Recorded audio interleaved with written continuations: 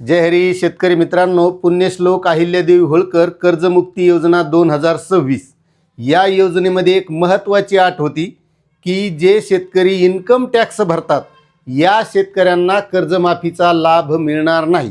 मात्र यामध्ये एक दिलासादायक आता सहकारी विभागाने अशी माहिती दिलेली की यामध्ये काही जे झिरो इन्कम टॅक्स भरणारे शेतकरी आहेत यांना दिलासा मिळणार आहे आणि त्याबद्दलची सविस्तर माहिती आपल्याला बघायची।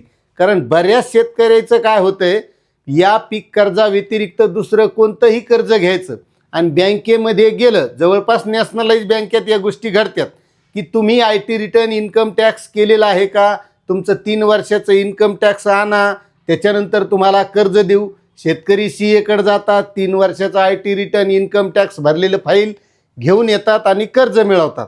आता यामध्ये दिलासादायक गोष्ट कशी आहे, ज्या शेतकऱ्याचं IT रिटर्न केलेलं असेल किंवा मागच्या 6 वर्षात केलेले, तर त्यामध्ये आता यावर्षी ज्या शेतकऱ्यानं इन्कम टॅक्स फाईल करते वेळेस आपलं उत्पन्न हे 4 लाखाच्या वर दाखवलेलं आहे। किती? 4 लाखाच्या, म्हणजे 4 लाख रुपये जर दाखवलं तर त्या शेतकऱ्याला 5% इन्कम टॅक्स भरावा लागतो जर 4 लाखाच्या वर दाखवलं तर। आणि 4 लाखाच्या आत दाखवलं, समजा 3.3 लाख रुपये दाखवलं, तर त्या शेतकऱ्याला इन्कम टॅक्स भरण्याची गरज नाही, नुसतं त्याचं फाईल रिटर्न व्हालंय, बरोबर आहे, तर दाखल केलं आहे असा त्याचा अर्थ व्हालाय।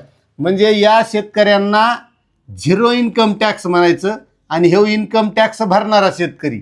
आता दिलासा कसा आहे, ज्या शेतकऱ्यानं नुसतं फाईल रिटर्न केलेलं आहे दाखल, मात्र त्याचं उत्पन्न हे 4 लाखाच्या आत आहे, हे या वर्षीचं उदाहरण म्हणून सांगायलो, हे मागच्या 6 वर्षात, मग त्या शेतकऱ्याला या कर्जमाफीच्या योजनेमध्ये लाभ मिळणार आहे। त्याला म्हणते झिरो इन्कम टॅक्स, ज्याचं उत्पन्न त्या मर्यादेच्या आत दाखवलंय। मात्र ज्या शेतकऱ्यानं 4 लाखाच्या वर दाखवलं असेल अशा शेतकऱ्यांना या कर्जमाफीमध्ये लाभ मिळणार नाही। आणि हे मागच्या 6 वर्षामध्ये एकदा जरी भरलेला असेल तरी तो शेतकरी अपात्र होणार आहे, अपात्र।